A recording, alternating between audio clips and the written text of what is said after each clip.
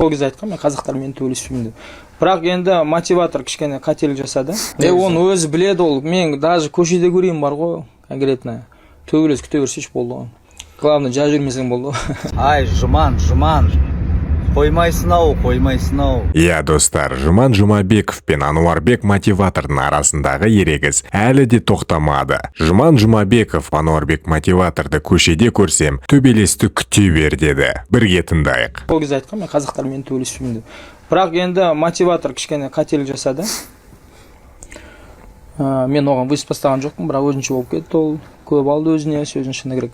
Бірақ енді көреміз. Ол қазір Мұхит Амантаев қой, сонымен бокс жасады, бұйырса All Stars боксингта үйіннің 6-сы.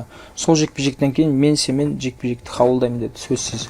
Отылсын, қазір Ануарбектің өзіне айтайын, сен отыл, мен сол жерге рингке шығамын да, мен семен жекпе-жек қабылдайтын боламын. Сен кешегі айтқан сөзің үшін енді жігітше сөзінде тұрың керексің сөзін. Оны өзі біледі ол. Мен даже көшеде көрейін бар ғой, конкретно.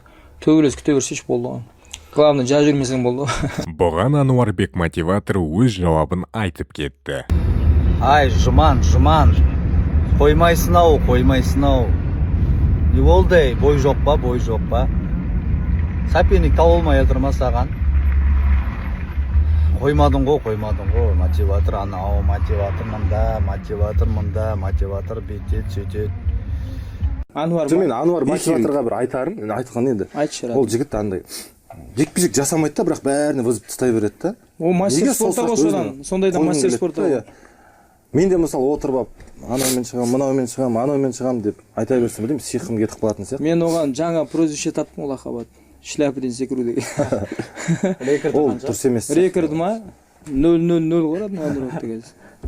Мен осы жекпе-жекке шығатын жер Мұхиттан кейін мен төбелесем деп. Бірақ енді заман сондай шығар, может, ол егер олай әркімге вызып тастамаса, Ануар мотиватор болып танылмас па еді? Сол үшін сондай. Сөзің аузында осы жерден бір сұрақ туындайды. Спортшыға медиа керек па? Спортшыға медиа керек негізінде. Өйткені сен медиа арқылы ақша жасайсың и жаңағы лигаға да көмектесесің, лиганың танылуына жаңағы. Сіз енді қазір Ануарбекті айтып отырсыздар ғой, мысалы, сол тұрғыда түсініп отырсыздар осында, дұрыс па? Бізде раскрутка дейді, нәрсе. Бізде раскрутка емес, бәрі шынайы. Біз енді ол қатты кетіп қалды маған сөйлеу. Мен өзім жеке ойымды айттым да. Енді ол менің бір туғаным емес та, мен туысқаным емес, Ануарбек немесе Мұхит Аманияқта мен туысқаным емес. Мұхитмен өмірде бір-ақ рет көргенмін оны. Былай араласпаймын. Мен өз ойымды ғана тастадым. Өз ойым не үшін тастадым? Мен жекпе-жек көрсетіп, ол жерде мүмкіндік бойынша көп ақша шығару. Және қазіргі салауаттық үнемді бітіру ғой сөздің ішінде керек. Бірақ анау артық кетті да. Оны көбісі ойлайды да, раскрутка жоқ, ондай емес. Бірақ арнайы келісіп алған раскрутка болады. Соған жеке көзқарастарың. Ол дұрыс па? Әлде дұрыс емес па? Мен ойымша ол дұрыс сияқты, өйткені жаңағы жеке раскрутка жасау деген ол қызық болады жаңағы. Бойға деген билеттердің өтуіне. Бірақ раскрутканы жаңағында өзің айтып отырсың, жеке өтпей, артық нәрсе айтпай, чөткей бір вызыптар болады ғой, әдемі, сондай жағынан істесе болады. Спортивный интерес, давай екеуміз жасайық, мен сен осындай. Екінші раундта құлатып кетем бауырым деген сияқты әдемі чөтке жеткізу керек та. Ал отырып алып, сен мынандайсың, анандайсың, сен бүйткөлсің десе, ол біз өсіп келе жатқан ұрпаққа не тәрбие береміз деген әңгіме ғой. Артымыздағы жастарда дұрыс нәрсе алу керек қой. Спорттық тұрғыдан ғана дейсің ғой. Жеке басқа көшпей, сенің ата-анаңа, өзіңе немесе жеке басыңа, ол өте ауыр нәрсе да негізі. Ол керек емес, жекеге өтудің қажеті жоқ. Чисто спорттық тұрғыда ғана. Ондай өз көзіммен көрдім бе ондай нәрсені? Мысалы, біреудің сен танысың болсын, таныс спортшың болсын, мысалы, сондай нәрсені жасап отқан.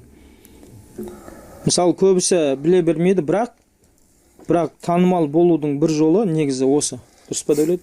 Осылай сен жекпе-жекке мысалы айналдыру арқылы сен халық біледі да. Мысалы, екеуміз келеміз, Дәулет, завершенияға. Тұрамыз да сен маған, екеуміз face-to-face көз түйістіре тұрамыз да сен аласың мен итеріп жібересің, мысалы, сол жерден дерексіз басталады. Бірақ ол мен қарапайым халықтың да, мысалы, сендер сияқты қарап отыр, маған қызық та, ертең Дәулет сол үшін жауап берем анаған деген секілді. Осы үшін ұралама деген секілді. Сол тұрғыдан мен айтқым келеді да. Мысалы, живой, например, алдында Найзаның осы соңғы Ерансипен шығар кезде екеуміз ерегесіп тұрдық та, анымен итеріп жүріп аяқпен тепті да.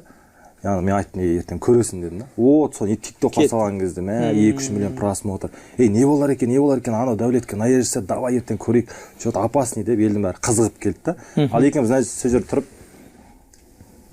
деп кетсек, қызық емес. Ертең сол 50 адам барса, 10 адам барар еді да, ондай болса. Интрига жоқ дейсің. Интрига жоқ.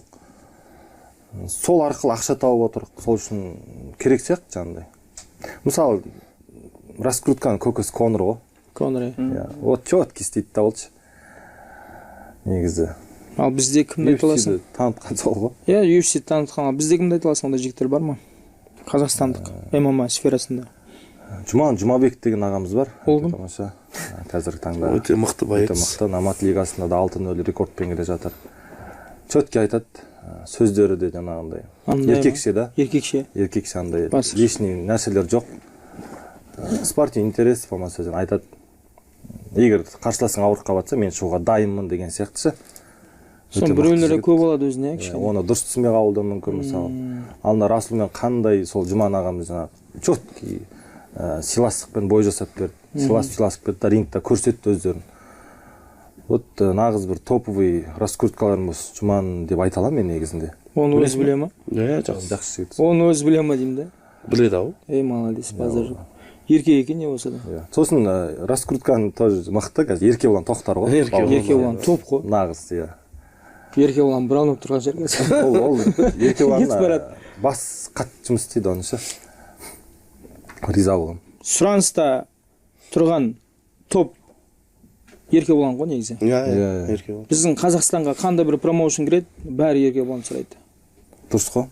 Ол кез келген сферада қазір көш бастап келе жатқан жігіттердің бірі. Кинода болсын, спортта болсын, сөйлеу болсын, көріп жатырық қой қазір осы жақын арада шулатып жіберді ғой бүкіл Өзбекстан, бүкіл Қазақстан мысалы да. Шыны керек, сол секілді ғой, ол молодец, онда тұратын ештеңе жоқ.